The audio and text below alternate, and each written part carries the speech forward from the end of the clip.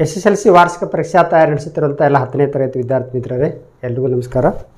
ವೃತ್ತಗಳಿಗೆ ಸಂಬಂಧಿಸಿದ ವಿಸ್ತೀರ್ಣಗಳ ಘಟಕದ ಮೇಲೆ ವಾರ್ಷಿಕ ಪರೀಕ್ಷೆ ಯಾವ ಥರ ಪ್ರಶ್ನೆ ಕೇಳ್ತಾರೆ, ಈಗಾಗಲೇ ಏನು ಕೇಳಿದ್ದಾರೆ ಅನ್ನೋದನ್ನು ಬಿಡಿಸ್ತಾ ಇದ್ವಿ. ಅದರ ಮುಂದುವರಿದ ಭಾಗವನ್ನು ನೋಡಿದ್ವಿ. ಇದರಲ್ಲಿ ವಿಶೇಷವಾಗಿ 3 ಅಂಕದ ಪ್ರಶ್ನೆಯನ್ನು ಗ್ಯಾರಂಟಿ ವಾರ್ಷಿಕ ಪರೀಕ್ಷೆ ಕೇಳ್ತಾರೆ. ಯಾವ ಥರ ಪ್ರಶ್ನೆ ಕೇಳ್ಬೋದು, ಈಗಾಗಲೇ ಯಾವ ಕೇಳಿದ್ದಾರೆ ಅನ್ನೋದನ್ನು ಬಿಡಿಸ್ತಾ ಹೋಗೋದು. ಈ ಪ್ರಶ್ನೆ ಭಾಳಷ್ಟು ಸಂದರ್ಭದಲ್ಲಿ ಕೇಳಿದ್ದಾರೆ. ಭಾಳ ಸಿಂಪಲ್ ಐತಿ. ABC ಸಂಭಾವ್ಯ ತ್ರಿಭುಜದ ವಿಸ್ತೀರ್ಣವು 17,320.5 ಚದರ ಸೆಂಟಿಮೀಟರ್ ಆಗಿದೆ.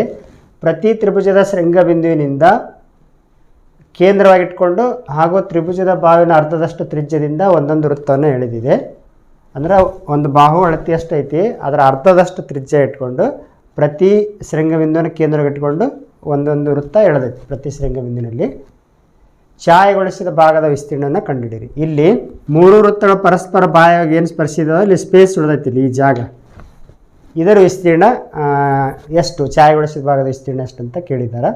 ಇಲ್ಲಿ ಭಾಳ ಮೇಲ್ನೋಟಕ್ಕೆ ಭಾಳ ಸಿಂಪಲ್ ಕಾಣ್ತಾ ಇದೆ ನೋಡಿ. ಈ ABC ತ್ರಿಭುಜ ಐತಲ್ಲ, ಈ ABC ತ್ರಿಭುಜದ ವಿಸ್ತೀರ್ಣದೊಳಗೆ 3 ತ್ರಿಜ್ಯಾಂತರ ಖಂಡದ. ಇಲ್ಲಿ ಇದು ಒಂದು ತ್ರಿಜ್ಯಾಂತರ ಖಂಡ. ತ್ರಿಜ್ಯಾಂತರ ಖಂಡ ಅಂದರೆ ಈ ಥರ ಕೇಕ್ ಥರ ಕಾಣ್ತಾ ಇದೆಯಲ್ಲ, ಈ ಕೇಕ್ ಕಟ್ ಮಾಡಿ ರೌಂಡ್ ಶೇಪ್ ಕೇಕನ್ನು ಕಟ್ ಮಾಡಿ ತೆಗಿತಿರಲ್ಲ, ಅದೊಂಥರ ತ್ರಿಜ್ಯಾಂತರ ಖಂಡದಂಗೆ. 2 ತ್ರಿಜ್ಯಗಳ ನಡುವಿನ ಅಂತರದ ಪ್ರದೇಶ ತ್ರಿಜ್ಯಾಂತರ ಖಂಡ.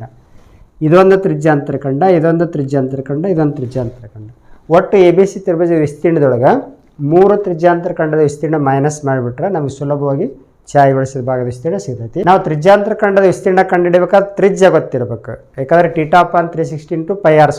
ತ್ರಿಜ್ಯ ಬಾಹು ಎಷ್ಟಂತ ಗೊತ್ತಾದ್ರೆ ಅದು ಅರ್ಧ ತ್ರಿಜ್ಯ ಇರ್ತೈತಿ. ಹಾಗಾಗಿ ನಾವು ಫಸ್ಟ್ ಈ ಸಂಭಾವ್ಯ ತ್ರಿಭುಜದ ವಿಸ್ತೀರ್ಣ ಕಂಡುಹಿಡಿಯೋ ಸೂತ್ರ, ಈಗಾಗಲೇ ಹೇಳಿದಂಗೆ ಸಂಭಾವ್ಯ ತ್ರಿಭುಜ ವಿಸ್ತೀರ್ಣ ಕಂಡುಹಿಡಿಯೋ ಸೂತ್ರ ಗೊತ್ತಿರ್ಬೇಕು. ಏನಂದ್ರೆ ABC ಸಂಭಾವ್ಯ ತ್ರಿಭುಜ ವಿಸ್ತೀರ್ಣ √3/4a² ಇದು ಸೂತ್ರ. ಈ ವಿಸ್ತೀರ್ಣ ಕೊಟ್ಟಿದ್ದಾರೆ √3/4a². ವಿಸ್ತೀರ್ಣ ಎಷ್ಟಂದ್ರೆ 17,320.5. ಈ 4 ಇಲ್ಲಿ ಭಾಗಿಸ್ತೈತಿ, ಈ ಕಡೆ ಕಳಿಸಿದ್ರೆ ಗುಣಿಸ್ತೈತಿ. ಅಂದರೆ 17,320.5 × 4.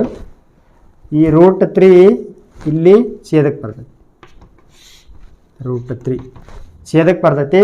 ಈ ಕಡೆ ಏನು ಉಳಿತು, a² ಉಳಿತು. ಇಲ್ಲಿ √3 ಬೆಲೆ ಎಷ್ಟು ಹಚ್ಕೋಬೇಕಂತಂದ್ರೆ 1.7320 π² ಅಂತ ಹೇಳಿದ್ದಾರೆ.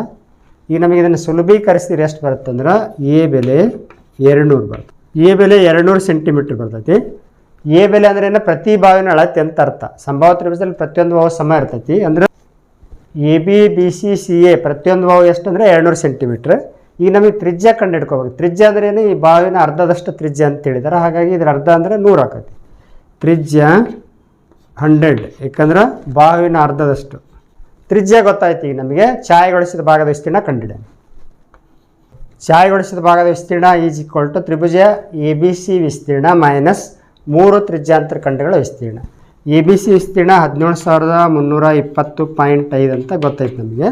3 ತ್ರಿಜ್ಯಾಂತರ ಖಂಡಗಳ ವಿಸ್ತೀರ್ಣ 3 × ತ್ರಿಜ್ಯಾಂತರ ಖಂಡದ ವಿಸ್ತೀರ್ಣ ಅಂದ್ರೆ θ/360 × πr².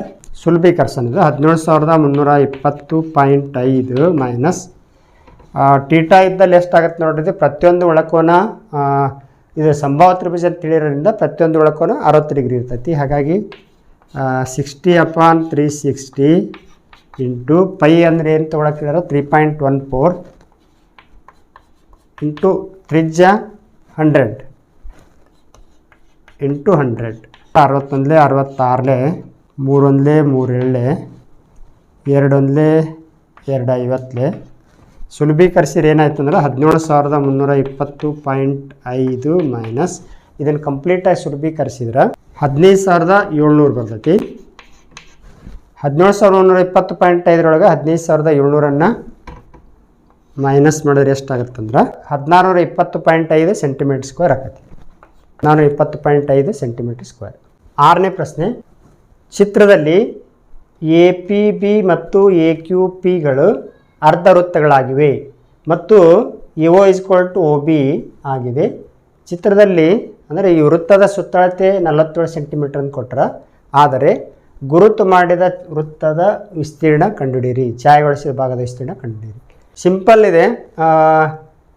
ಒಂದು ವೃತ್ತದಲ್ಲಿ ಸಮನಾದ 4 ಭಾಗ ಮಾಡಿದಾಗ ಒಂದು ಭಾಗ ಬಿಟ್ಟು ಇನ್ನು 3 ಭಾಗದ ವಿಸ್ತೀರ್ಣ ಕಂಡುಹಿಡಿಯಕ್ಕೆ ಕೇಳಿದ್ದಾರೆ. ನಮಗೆ ವೃತ್ತದ ವಿಸ್ತೀರ್ಣ ಗೊತ್ತೈತಿ πr². ಅದರೊಳಗೆ 3/4 ಪೈ ಆರ್ ಸ್ಕ್ವೇರ್ ಅಂದರೆ 3/4 3/4 ವಿಸ್ತೀರ್ಣ ಕಂಡುಹಿಡಿಬೇಕು.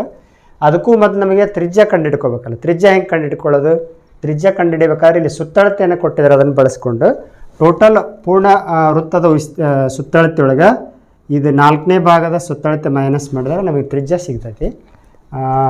ಪೂರ್ಣ ವೃತ್ತದ ಸುತ್ತಳತೆಯೊಳಗೆ 1/4ನೇ ಭಾಗದ ಸುತ್ತಳತೆ. ಪೂರ್ಣ ವೃತ್ತದ ಸುತ್ತಳತೆ ಕಂಡುಹಿಡಿಯೋ ಸೂತ್ರ 2πr. ಇದು ನೋಡ್ರಿ ಏನಾಯ್ತು, 1/4ನೇ ಅಂದ್ರೆ 1/4 ಇಂಟು 2πr. ಎಷ್ಟು ಪೂರ್ಣವೃತ್ತ ಸುತ್ತಳತೆ 47 ಅಂತ ಕೊಟ್ಟಾರ. ಇದು ಏನಾಗತ್ತೆ ನೋಡ್ರಿ, ಇದು ಒಂದು ವೃತ್ತದ ತ್ರಿಜ್ಯ r ಅಂತೇಳಿ ತೊಗೊಂಡ್ರೆ ಇದರ ಸುತ್ತಳತೆ r + r ಅಂದ್ರೆ 2r ಆಗ್ತೈತಿ. 2r. ಇಲ್ಲಿ 2 1 2 2 4 ಆಯ್ತು. ಇಲ್ಲಿ ಲಸ ತೆಗೆದಿದೆ, 2 ಲಸ ಬಂತು. 1 2 2 1 2 4 4πr minus πr is equal to 47 - 2r. ಇಲ್ಲಿ 4πr ಒಳಗೆ 1πr ಕಳೆದ್ರೆ 3πr. 2 ಇಲ್ಲಿ ಹೋಗಿ ಗುಣಿಸ್ತೈತಿ. ಈ ಕಡೆ ಏನಾಗುತ್ತೆ ಅಂದ್ರೆ 47 94 minus 2 4r. 3πr minus 4r ಈ ಕಡೆ ಹೋದ್ರೆ ಪ್ಲಸ್ 4r, ಈ ಕಡೆ 94.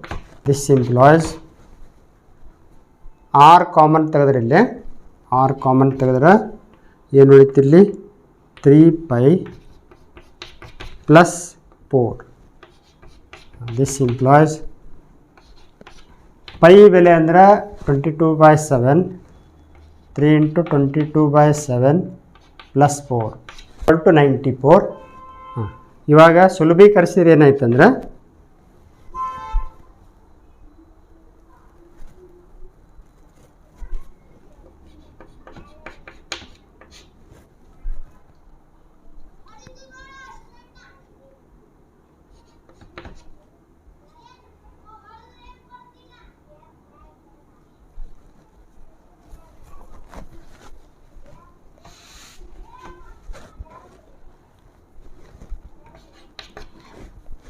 ಇದರ ಸುಲಭೀಕರಿಸಿರ ತ್ರಿಜ್ಯ 7 ಸೆಂಟಿಮೀಟರ್ ಬರ್ತೈತಿ. ತ್ರಿಜ್ಯ ಸಿಕ್ಕ ಮೇಲೆ ನಮಗೆ ಛಾಯೆಗೊಳಿಸಿದ ಭಾಗದ ವಿಸ್ತೀರ್ಣ. ಛಾಯೆಗೊಳಿಸಿದ ಭಾಗದ ವಿಸ್ತೀರ್ಣ ಇಸ್ಕೊಳ್ತು ಪೂರ್ಣ ವೃತ್ತದ ವಿಸ್ತೀರ್ಣದೊಳಗೆ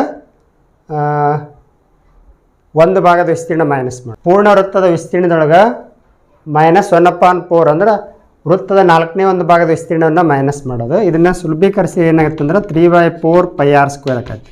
ಈಗ ವೃತ್ತದ ವಿಸ್ತೀರ್ಣ πr². ಒಟ್ಟು ಒಂದು ಭಾಗದೊಳಗೆ 1/4 ಭಾಗ ಕಳೆದ್ರೆ 3/4 4ನೇ 3 ಭಾಗ ವಿಸ್ತೀರ್ಣ ಕಂಡುಹಿಡಿಬೇಕು.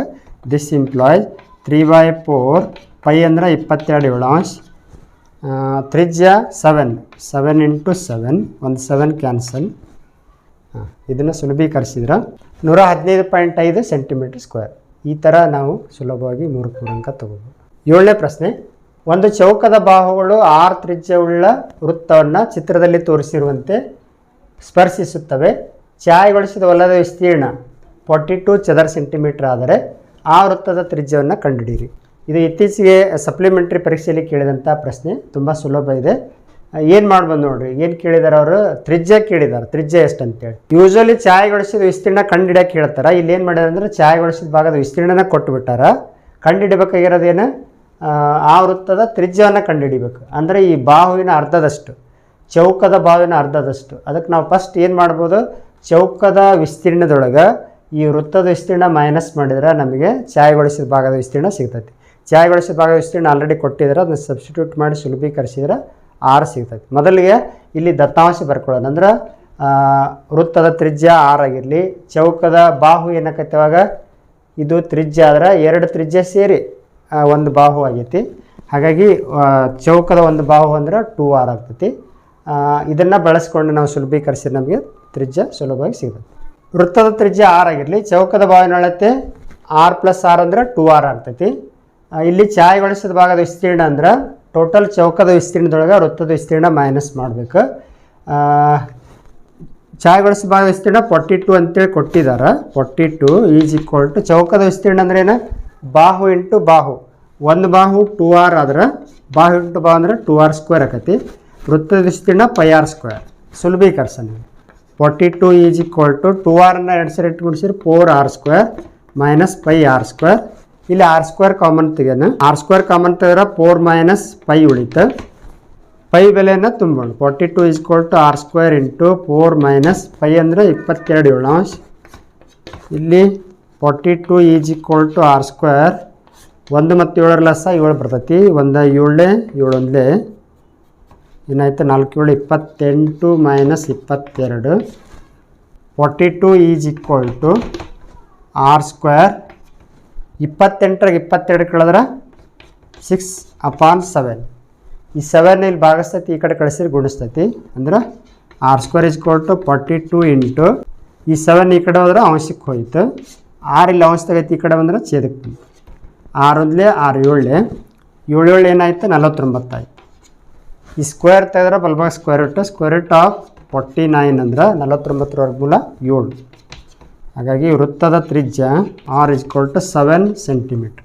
ಕೆಲವೊಮ್ಮೆ ಹಿಂಗೂ ಕೇಳ್ತಾರೆ, ಛಾಯಾಗೊಳಿಸೋ ಭಾಗದ ವಿಸ್ತೀರ್ಣ ಕೊಟ್ಟು ತ್ರಿಜ್ಯ ಕಂಡುಹಿಡಿಯ ಕೇಳ್ತಾರೆ. ಅದಕ್ಕೆ ಇದು ಇತ್ತೀಚೆಗೆ ಕೇಳಿದಂಥ ಪ್ರಶ್ನೆ. ಈ ಥರ ಕೇಳೋ ಸಾಧ್ಯತೆ ಇರೋದ್ರಿಂದ ಈ ಥರನೂ ಕೂಡ ಪ್ರಾಕ್ಟೀಸ್ ಮಾಡಿರಿ. ಈ 3 ಸಮಸ್ಯೆ ಬಿಡಿಸಿ ಪ್ರಾಕ್ಟೀಸ್ ಮಾಡಿರಿ. ಮುಂದಿನ ವಿಡಿಯೋದಲ್ಲಿ ಮತ್ತಷ್ಟು ಬೇರೆ ಘಟಕ ಸಮಸ್ಯೆ ಬಿಡಿಸೋಣ. ಇಲ್ಲಿಗೆ ಈ ವಿಡಿಯೋ ಪಾಠ ಮುಗಿಸ್ತಾ ಇದ್ವಿ.